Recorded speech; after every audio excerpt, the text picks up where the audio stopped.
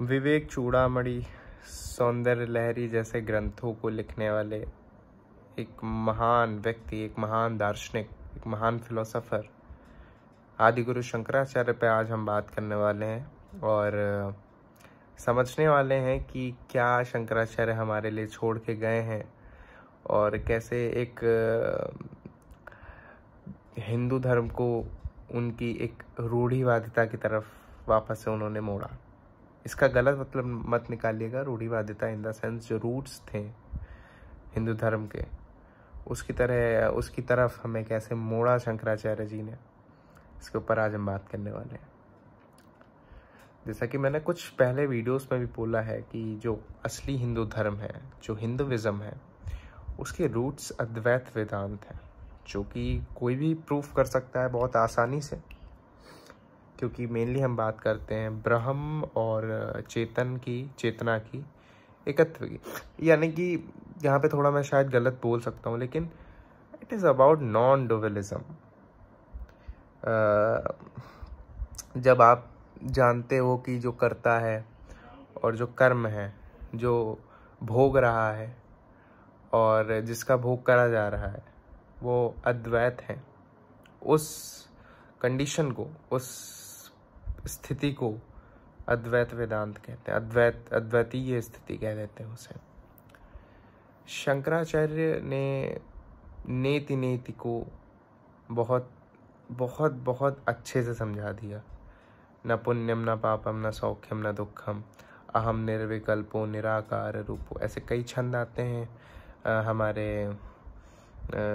जो उन्होंने निर्वाण षटकम लिखा उसमें, कि मैं यह भी नहीं हूँ, मैं वह भी नहीं हूँ, और फिर आखिरी में जाके बता दिया कि अहम निर्विकल्पो निराकार रूपो।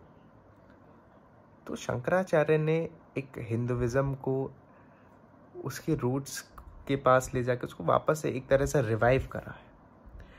शंकराचार्य मुझे आज से नहीं, बहुत पहले से प्रिय हैं, क्योंकि आप समझिए हमें किन्हीं लोगों से जाना जाता है दर्शन के क्षेत्र में।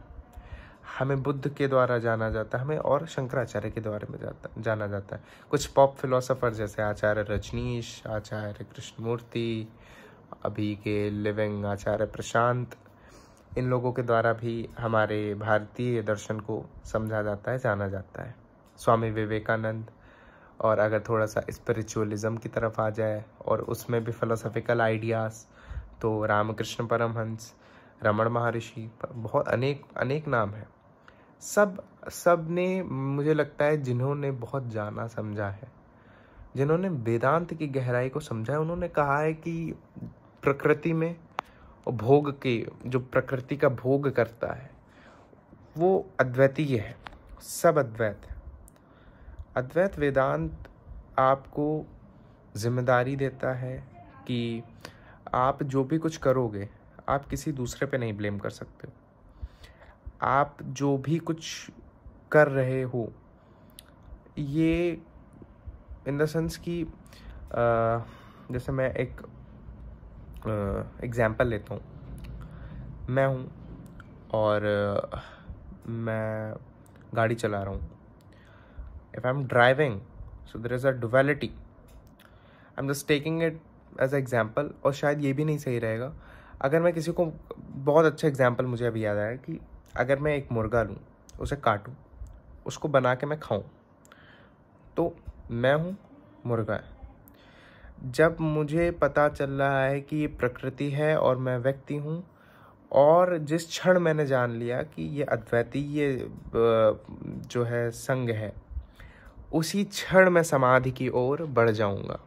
उसी तरफ, उसी जैसे अष्टांग योग में भी आता है, आखिरी में समाधि आती है। उससे पहले कितने 7 चीज़ें हमारे पतंजलि महर्षि ने बताया।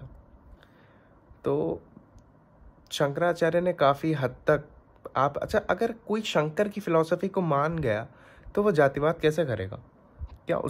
क्या हम एज अ हिंदू, अगर हम शंकराचार्य को मानते हैं, तो हम क्यों देखते हैं आसपास की इतनी जो है जातिवाद है, हमारे आसपास इतने जाति के नाम पे कितने भेद हैं, और जाति के नाम पे भी नहीं, कई चीज़ों के नाम पे हम जिस जिस उपनिषद ने वसुधैव कुटुंबकम का कंसेप्ट दिया, वो आज हजारों पंथों में बट चुका है।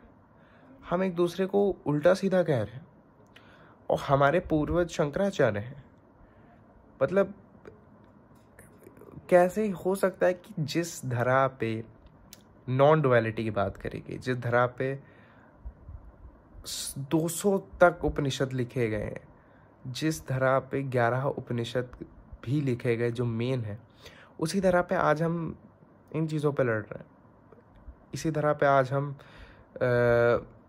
बात करते हैं कि, क्योंकि मैंने एक जगह सुना कि हमारी जो फेशियल लुक्स हैं वो हमारे पिछले जन्म पे निर्धारित है। हम कर क्या रहे हैं असल में? क्या फिर हम नहीं कहेंगे क्या ये नहीं पतन का कारण है हिंदुइज्म का? कोई दूसरा पतन का कारण कैसे हो सकता है जब हम अपने ही धर्म को नहीं समझ पाए हैं, हम अपने ही अद्वैत वेदांत को नहीं समझ पाए, हम शंकराचार्य को नहीं समझ पाए। कोई जिस क्षण किसी ने भी शंकराचार्य को समझा, वो उसी क्षण ये रियलाइज़ करेगा कि मैं किसी से वैर भी रखूं तो क्यों रखूं? मैं किसी की अगर सौरो नहीं समझ सकता, तो उसके पीछे का कारण ही यही है कि आप डुअलिज्म के कंसेप्ट पे बिलीव करते हो। तो हमें सबसे पहले तो शंकराचार्य को समझना होगा, उनके ग्रंथ को पढ़ना होगा, उनकी विचारधारा को पढ़ना होगा, तब जाके हम समझ पाएंगे कि क्या है हिंदू धर्म, कौन थे शंकराचार्य, क्या था अद्वैत वेदांत।